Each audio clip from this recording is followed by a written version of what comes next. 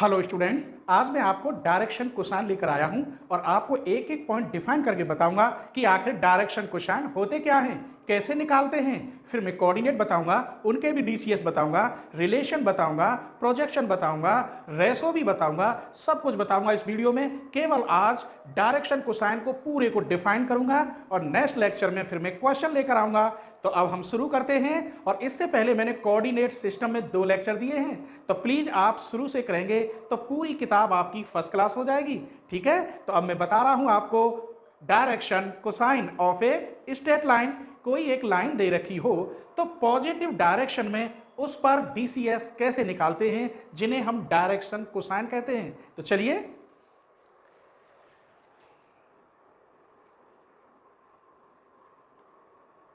Direction cosine of A line.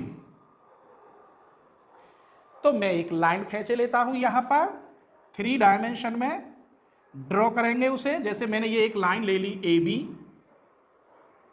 इस line पर जो पॉजिटिव डायरेक्शन में कोऑर्डिनेट बनेंगे वो कैसे बनेंगे वो देखते हैं। ये एक्स एक्सिस, ये जेड एक्सिस और ये वाई एक्सिस। इस लाइन को मैं इधर लेता हूं इसके पास, ये P और ये मैंने O ले लिया। इस एक्सिस के साथ ये एंगल अल्फा बना रहा है,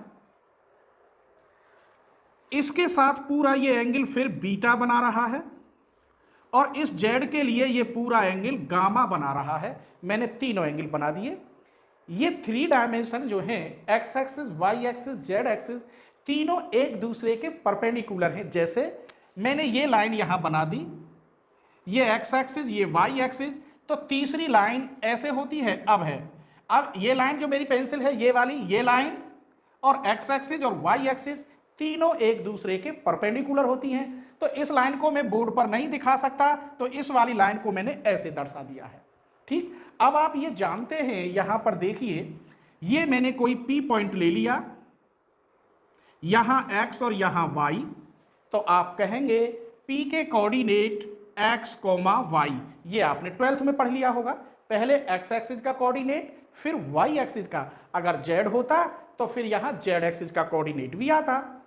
तो चलिए, मैं अब यहां तुम्हें बता रहा हूं कि डायरेक्शन कोसाइन हम कैसे निकालते हैं। आइए, मैं ये एंगल इसके बीच में, तो ये अगर ट्रायंगल लूं, ये यहां बेस होगा, ये परपेंडिकुलर, तो ये क्या बन गया, हाइपोटेन्यूस, अर्थात आधार, और ये कर्ण।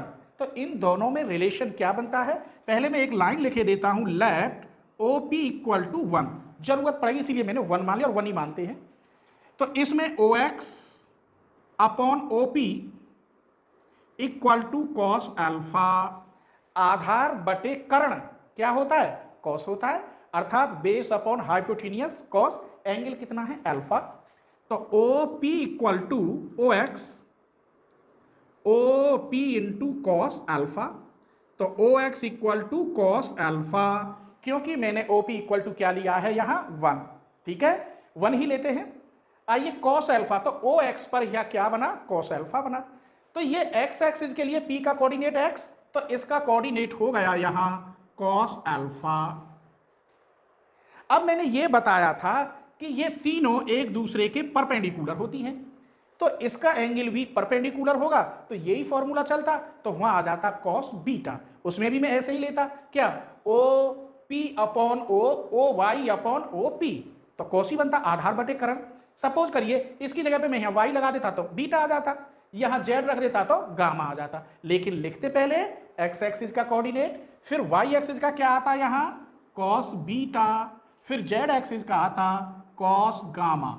इस प्रकार ये पॉइंट बने P के, cos alpha, cos beta, cos gamma. तो ये क्या लिख रहा था, डायरेक्शन, किस डायरेक्शन में, डायरेक्शन तो जानते ही हैं, जैसे x डायरेक्शन में, y डायरेक्शन और z डायरेक्शन।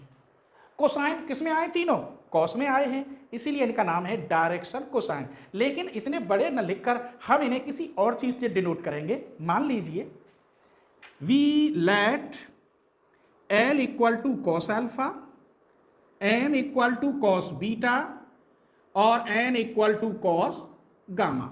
तो इनको मैं किससे डिनोटेड कर रहा हूं, L M N से। तो here L M N are direction cosine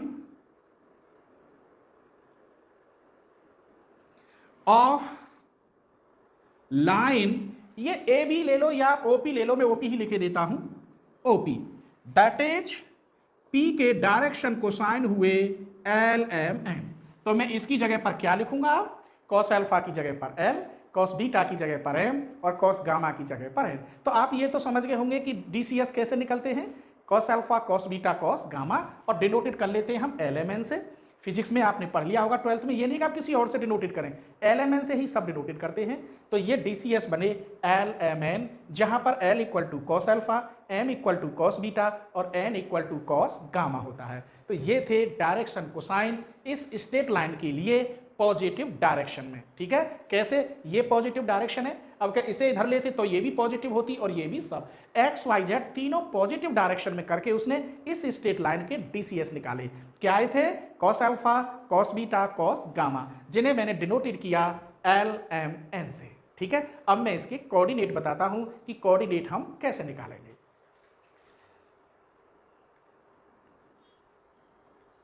direction cosine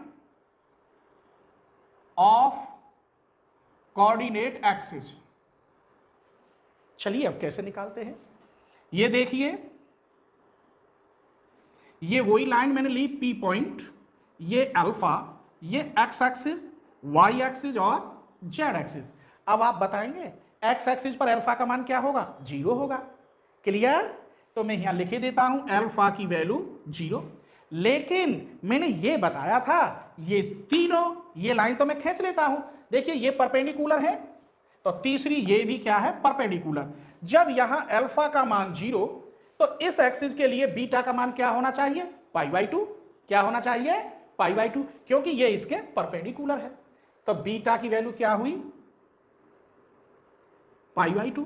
अब इसके लिए ये तुम्हें दिखाई दे ही रही है, केवल यही तो नहीं दे रही थी, ये भी π/2 बनेगी परपेंडिकुलर। तो गामा इक्वल टू π/2। यहां p के कोऑर्डिनेट क्या बताए थे, cos alpha cos beta cos gamma. ये आपको ध्यान रखना चाहिए कि पहले x एक्सिस का, फिर y एक्सिस का, फिर z एक्सिस का। अब मैं इस पर चल रहा हूं y एक्सिस पर, इसके कोऑर्डिनेट ले रहा हूं। तो यहां पर इस y एक्सिस है, ये y है, तो इस x एक्सिस के लिए क्या होगा, π/2 होगा। इस लाइन पर ये परपेंडिकुलर है, तो इस लाइन पर पॉइंट अल्फा की वैल्यू यहां क्या होगी, π/2 होगी। बीटा की वैल्यू क्या होगी, क्योंकि बीटा लाइन पे चल रहे हो तो 0 होगी, और इस लाइन से ये भी परपेंडिकुलर है, तो गामा की वैल्यू भी π/2 होगी। अर्थात आप एक बात बताइए, यहां ये बीटा है, तो इस एक्सिस पर बीटा का मान क्या होगा, 0 होगा, लेकिन दोनों के परपेंडिकुलर हैं, तो कॉस अल्फा और गामा का मान π/2 होगा, केवल बीटा का मान 0 होगा। तो मैं लिखूंगा यहां पर अल्फा की वैल्यू π/2, बीटा की वैल्यू 0, गामा की वैल्यू π/2। इसी प्रकार सिमिलरली जेड पर अल्फा की वैल्यू 0, π/2, बीटा की वैल्यू π/2 और इस एक्सिस पर गामा की वैल्यू 0। अब इन पॉइंटों को यहां रख देते हैं, तो इसके डीसीएस क्या बने, यहां अल्फा की वैल्यू 0 रखोगे तो 1, बीटा की वैल्यू यहां π/2 रखोगे 0, गामा की वैल्यू यहां π/2 रखोगे 0। इस प्रकार एक्स एक्सिस पर जो कोऑर्डिनेट बने 1 0 0। अब कभी भूलोगे तो नहीं कि ये कैसे आते हैं। वाई एक्सिस के लिए आप रखिए यहां अल्फा की वैल्यू π/2 रखोगे, बीटा की वैल्यू 0 रखोगे और गामा की वैल्यू π/2 रखोगे, तो y के कितने कोऑर्डिनेट हुए, 0 1 0। इसी प्रकार जेड एक्सिस के कोऑर्डिनेट बनेंगे 0 0 1। तो आप कभी नहीं भूलोगे, तो मैं लिख रहा हूं the direction cosine, direction cosine of x axis कितने बने, 1 0 0। Second direction cosine of y axis पर बने 0 1 0 और जेड एक्सिस पर बने 0 0 1।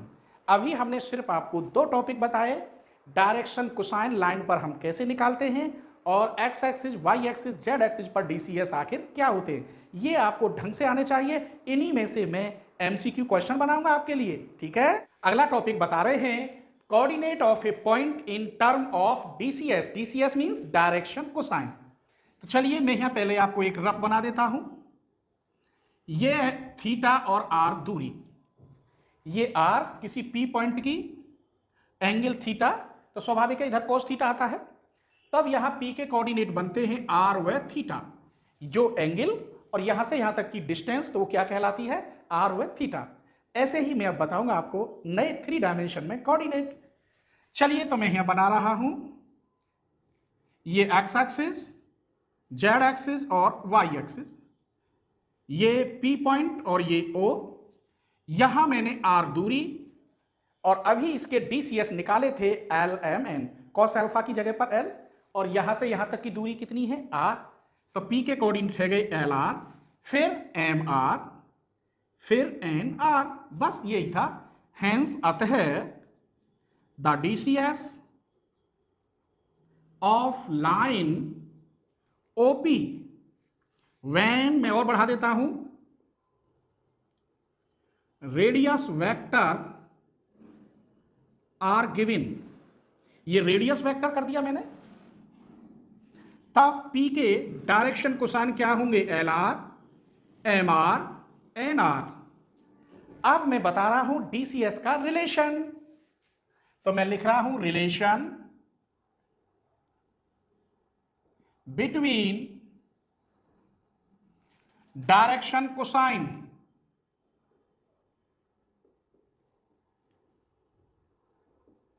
इसी को मैं यहां दोबारा बनाए देता हूं। देखो ये एक्स, जेड, वाई, यहां पी पॉइंट, आर डिस्टेंस, ये ओ, तो ये बने l r, m r, n r. अब मैं आपको एक बात बताऊं, चलिए ओ के पॉइंट 0 0 0 ओरिजिन है तो 0 0 ही होंगे। इन दोनों के बीच की दूरी, डिस्टेंस बिटवीन 2 पॉइंट्स, ठीक है, तो OP इक्वल टू क्या होगा,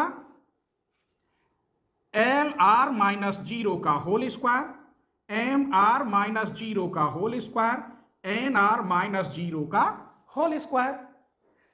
OP इक्वल टू आर, ये रह गया l square r square, m square r square, n square r square, दोनों ओर का स्क्वायर कर दीजिए, तो आर स्क्वायर इक्वल टू, यहां r square common, l square plus M square plus N square, r square से आर स्क्वायर कट गया, 1 equal to l square plus M square plus N square. तो हमने यहां क्या प्रूफ करके दिखा दिया कि l square plus M square plus N square की वैल्यू क्या होती है, 1। और कैसे होती है ये भी मैंने आपको बता दिया। इसे ऐसे भी लिख सकते हैं, L square plus M square plus N square equal to 1। अगर डीसीएस है, डायरेक्शन कोसाइन बोला है, और 3 अलग अलग कोऑर्डिनेट हैं, कोई भी हो, एलएमएन ना हो कोई भी, लेकिन उनके लिए अगर डीसीएस बोला हो तो उन तीनों का स्क्वायर करके आंसर उसका 100% 1 आएगा, अगर उसने डीसीएस बोला है तो चलिए अब हम ये प्रूफ करके दिखा रहे हैं, क्योंकि मैंने इसका आर्टिकल बता दिया तो साथ के साथ इसे भी प्रूफ कर दूं। Sine square alpha plus sine square beta plus sine square gamma equal to 2 कैसे होता है, चलिए वी हैव, हम जानते हैं L square plus M square plus N square equal to 1, और सबसे पहले मैंने बताया था L equal to cos alpha, M equal to cos beta और N equal to cos gamma. आप इसमें रख दीजिए, इसकी जगह पे रखेंगे तो cos square alpha, cos square beta plus cos square gamma equal to 1। Cos square alpha 1 minus sine square alpha, तो इसे लिख सकता हूं 1 माइनस साइन स्क्वायर अल्फा, इसे 1 माइनस साइन स्क्वायर बीटा, इसे 1 minus sine square gamma equal to 1। इस एक 1 से तो ये कट गया, 1 इक्वल 1, यहां कितने बचे 1 और 1 2, minus sine square alpha sine square beta sine square gamma equal to, यहां क्या बचा 1 की जगह पर 0। इसको इधर ले जाइए आरएचएस में, तो sine square alpha plus sine square beta plus sine square gamma equal to 2, यही प्रूफ है। तो देख लो कितना बढ़िया क्वेश्चन मैंने प्रूफ कर दिया। अब आपको बता रहा हूं कि डायरेक्शन रेशो कैसे निकालेंगे। भाई डायरेक्शन कोसाइन है, तो मैं कोई रियल नंबर लूं और उन रियल नंबर को डीसीएस से प्रोपोर्शनल कर दूं। प्रोपोर्शनल का मतलब है तभी वो रेशो में आएंगे, रेशो मींस अनुपात। तो मैं कोई रियल नंबर मानूंगा और उन रियल नंबर को डीसीएस से प्रोपोर्शनल कर दूंगा। प्रोपोर्शनल करने के बाद फिर मैं उसे सॉल्व करूंगा। तब मैं बता रहा हूं कि जब डायरेक्शन रेशो दे रखे हों, ऐसी कंडीशन में आप डीसीएस कैसे निकालेंगे, अर्थात डायरेक्शन कोसाइन कैसे निकालेंगे। तो चलिए स्टार्ट करते हैं। Direction ratio,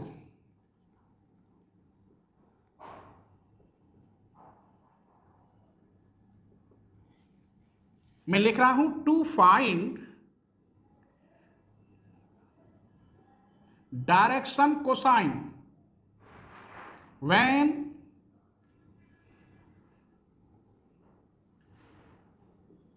direction ratio are given.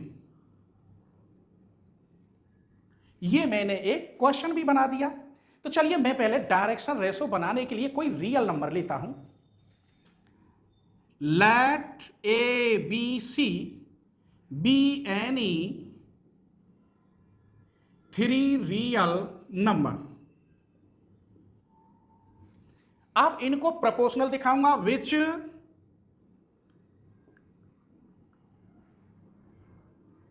Proportional to DCS. कौन कौन से? L m N.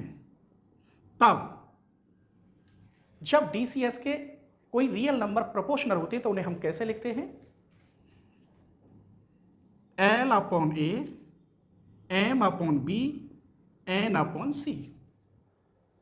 अब ऊपर का ऊपर स्क्वायर और नीचे का नीचे स्क्वायर, तो मैं इसे लिख सकता हूं यहीं पर L square plus M square plus N square, A square plus B square plus C square, plus और माइनस, प्लस माइनस का साइन, इसकी वैल्यू 1 होती है। तो L upon A, M upon B, N upon C equal to plus minus, इसको मैं ऐसे भी लिख सकता हूं सिग्मा ए स्क्वायर। अगर आप सिग्मा हटा दोगे तो तीनों लिख दीजिए, ठीक है। तब इसको और इसको इक्वल करें, l upon a equal to plus minus 1 upon sigma a square. It follow that l equal to plus minus a upon sigma a square. Similarly m equal to plus minus b upon sigma a square, n equal to plus minus c upon sigma a square. ये नहीं है कि B है तो यहां B लिख दो, ये सब की वैल्यू यही तो होती है। ए एल के लिए ए चला जाएगा, बी के लिए एम के लिए बी ऊपर और एन के लिए सी ऊपर। तो यही आपके डायरेक्शन कोसाइन है। कब? जब direction ratio a b c given हो, ठीक है। तब डीसीएस आप कैसे निकालेंगे, ये फॉर्मूला है। तो ये सब आपको याद रखने हैं, इन्हीं में से मैं एमसीक्यू क्वेश्चन बनाने वाला हूं। तो अगला टॉपिक लिखा है मैंने, direction cosine of A line through 2 points. जब 2 पॉइंट दे रखे हों तो ऐसी कंडीशन में हम डायरेक्शन कोसाइन एलएमएन कैसे निकालेंगे। तो चलिए मैं यहाँ एक छोटा सा डायग्राम बनाता हूं। ये एक्स एक्सिस, जेड एक्सिस और Y axis.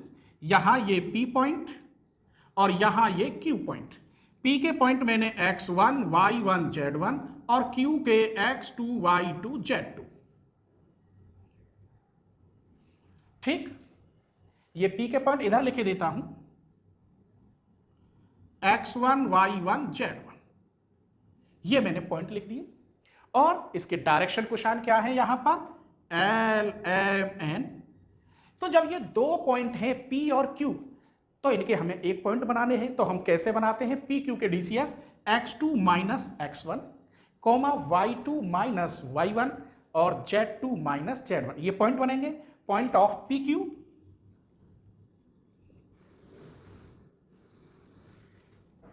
x2 minus x1, y2 minus y1, z2 minus z1। और जब डीसीएस दे रखे हों एल एम एन, तो इनका रिलेशन में कैसे बनाऊंगा? तो पहला point x2 minus x1 upon l, y2 minus y1 upon m, z2 minus z1 upon n. और ये सब ये एक स्ट्रेट लाइन ही तो है और ये सब किसके बराबर हैं? पी क्यू के। इसको और इसको बराबर लूं तो n मिल गया, इसको और इसको बराबर लूं m मिल गया, इसको और इसको बराबर लूं n मिल गया। ऐसे खींच देते हैं तो L इक्वल टू बना x2 minus x1 upon p q, m equal to बना y2 minus y1 upon p q, और n इक्वल टू बना z2 minus z1 upon p Q. यही आपके डायरेक्शन कोसाइन है जब 2 पॉइंट दे रखे हों। आइए मैं अब प्रोजेक्शन बता रहा हूं आपको।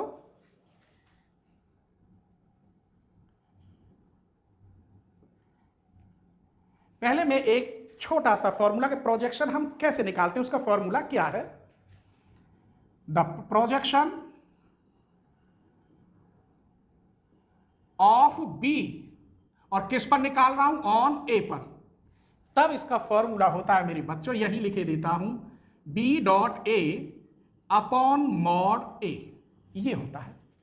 अब मैं इस पी क्यू पर, इसी पर निकाल रहा हूं प्रोजेक्शन। देखो क्या लिख रहा हूं, now the projection P Q, ये जो स्ट्रेट लाइन है, ऑन अनोदर लाइन इज। अब अनोदर लाइन में कौन सी बनाऊं, जिसके पॉइंट ये होंगे वो अनोदर लाइन होगी, वो मैंने कह दिया ए। और ए के वेक्टर जब बनते हैं तो वो क्या होगा, l i m j plus n k, यही होंगे। और पी क्यू पे अगर वेक्टर लगा दिया जाए तो पी क्यू के पॉइंट x2 माइनस x1 बाहर आई, y2 माइनस y1 बाहर j, z2 माइनस z1 बाहर k। तो इसका फॉर्मूला क्या होना चाहिए, b की जगह पे आप लिखेंगे पी क्यू डॉट इस a की जगह पे लिखेंगे a अपॉन a का मॉड, ये फॉर्मूला। यहां b है, b की जगह पर पी क्यू है, पॉइंट तो एक ही बने ना, 1 2 3, और a किस पर डाल रहे हैं, अनोदर लाइन। मैंने अनोदर लाइन नाम ही नहीं लिया क्योंकि मैं उसे किधर खींचूं, तो ये क्या बन गया a। आइए अब वैल्यू रखते हैं, पी क्यू की वैल्यू कितनी होगी, x2 माइनस x1 बाहर आई, y2 माइनस y1 बाहर j, z2 माइनस z1 बाहर k। a की value l i m j n k, upon इसका मॉड करेंगे तो ये आता है। अगर ये a दे रखा है l i m j n k, तो इसका मॉड क्या होगा, एल स्क्वायर एम स्क्वायर और एन स्क्वायर। इसकी वैल्यू 1 होती है, आई की डॉट आई के साथ होगी, इन दोनों के साथ 0, तो यहां आएगा x2 minus x1 dot l, y2 minus y1 dot m, z2 minus z1 dot n. तो जब पी क्यू किसी अदर्स लाइन पर प्रोजेक्शन पड़े उसका, तो फॉर्मूला क्या होगा, p q dot others line का वेक्टर जो आएगा ये अपॉन मॉड में। आपने सॉल्व कर लिया, ये आंसर आया, इसकी वैल्यू 1 होती है। ठीक है, अब बता रहा हूं कि जब 2 लाइन दे रखी हो तो उनके बीच में कोई ना कोई एंगल होगा। तो हम बता रहे हैं एंगल बिटवीन 2 लाइंस। जब 2 लाइन के बीच में कोई एंगल हो तो वो रिलेशन क्या होता है, यदि फिर वो दोनों लाइन परपेंडिकुलर हो तब क्या होगा, यदि वो दोनों लाइन पैरेलल हो तब क्या होगा। Let L1 M1 N1 and L2 M2 N2 are DCS of 2 lines। कोई 2 लाइन है जिनके DCS क्या है, L1 M1 N1 और L2 M2 N2। कोई सी भी लाइन ऐसे खींच लो जैसे चाहो, कोई सी 2 लाइन है, उन दोनों लाइनों के बीच में कोई एंगल जरूर होगा। तो मान लीजिए let theta be an angle between lines, तब फॉर्मूला क्या होता है, L1 L2 M1 M2 N1 N2 equal to cos theta, ये होता है फॉर्मूला। आप एंगल दे रखा होगा तो निकल आएगा जो भी पॉइंट होगा। जैसे इफ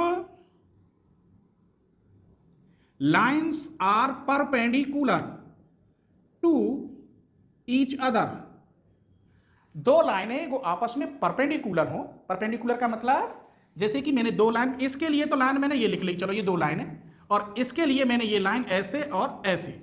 जब ये दो लाइन है तो ये कहा है परपेंडिकुलर, तो जो ये एंगल होगा ये क्या होना चाहिए, π/2। तो if lines are perpendicular to each other तब थीटा इक्वल टू क्या होता है, π/2 होता है। तो यहां π/2 रख दीजिए। तो L1 L2 plus M1 M2 plus N1 N2 equal to cos 90, इसकी वैल्यू 0। तो L1 L2 plus M1 M2 plus N1 N2 equal to 0। तो आप कभी भूलेंगे तो नहीं, वो कहे कि to prove that lines are perpendicular, तो उनके जो DCS हैं आपस में मल्टीप्लाई करके और जोड़ेंगे तो उसका मान क्या होना चाहिए, 100% 0। अब मैं बता रहा हूं यदि लाइन पैरेलल हो तो, जैसे ये मैंने पैरेलल बना दी है, इफ लाइंस आर पैरेलल, तब पैरेलल में क्या होगा कि इसके DCS अपॉन इसके DCS होगा और इनका रेशो 1 होता है। जैसे L1 upon L2 equal to M1 upon M2 equal to N1 upon N2, और ये सब 1 के इक्वल होते हैं। इसको और इसको बराबर लेते हैं, L1 upon L2 equal to 1, अर्थात L1 इक्वल टू L2। इसी प्रकार M1 इक्वल टू M2 और N1 इक्वल टू N2। इसका मतलब है यदि लाइंस पैरेलल हैं तो उनके DCS सेम होंगे। कैसे होंगे, सेम, क्योंकि ये बराबर, ये भी बराबर और ये भी बराबर है। ठीक है, इस टॉपिक को और देखे लेते हैं। एंगल बिटवीन लाइंस, जो दो लाइंस दे रखी हैं उनके बीच में एंगल क्या होगा, कब, whose direction ratio are given. अभी मैंने जब डायरेक्शन रेशो दे रखे थे तो उस समय DCS निकाले थे, अभी निकाले थे। तो मैं दोबारा लिख रहा हूं, let ABC are direction ratio and L1 M1 N1 are direction cosine, direction cosine. तो अभी मैंने बताया था L1 equal to A upon under root के अंदर A square plus B square plus C square, यहाँ प्लस माइनस का sign. ऐसे ही M1 equal to B upon under root में A square plus B square plus C square, और N1 equal to C upon under root के अंदर A square plus B square plus C square. ये element मिल गए। Similarly चूंकि line दो दे रखी है, सिमिलरली दो लाइन दे रखी है तो दूसरे के DCS L2 M2 N2 होंगे। तब L2 equal to A upon under root के अंदर A square B square plus C square, M2 equal to B upon under root के अंदर A square plus B square plus C square, और N2 equal to C upon under root के अंदर A square B square और C square.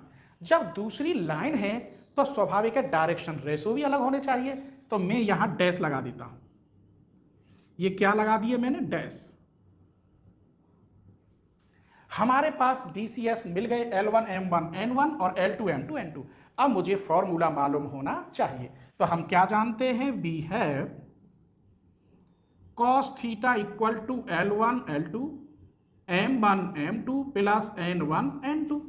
तो cos theta equal to L1 L2 अर्थात इन दोनों की मल्टीप्लाई, ऊपर हुआ A डैश, इन दोनों की मल्टीप्लाई, B डैश, इन दोनों की मल्टीप्लाई, C डैश, नीचे भी मल्टीप्लाई होगी। ऐसे ही कहने का मतलब इसकी मल्टीप्लाई सबकी, तो पहले इनकी क्या बनेगी, ऐसे लिखे देता हूं, A square plus B square plus C square, और इसकी सब में क्या बन जाएगी, A डैश का स्क्वायर B डैश का स्क्वायर C डैश का स्क्वायर। फिर समझ लीजिए, इसको एलसीएम दोनों का सेम आएगा। अरे इसकी गुणा यहां में करो प्लस इसकी यहां में, इसकी एलसीएम दोनों का सेम है, तो मैंने एलसीएम लिख दिया। यही इसका प्रूफ है। तो जब डायरेक्शन रेशो दे रखे हो तो ऐसी कंडीशन में दो लाइन हो तो उनके बीच में एंगल आप कैसे निकालोगे। तो ये फॉर्मूला है। आपको केवल डायरेक्शन रेशो दे रखे होंगे, उन ऊपर गुणा करनी और नीचे दोनों का अलग अलग स्क्वायर करना है, इस प्रकार एंगल प्राप्त हो जाएगा।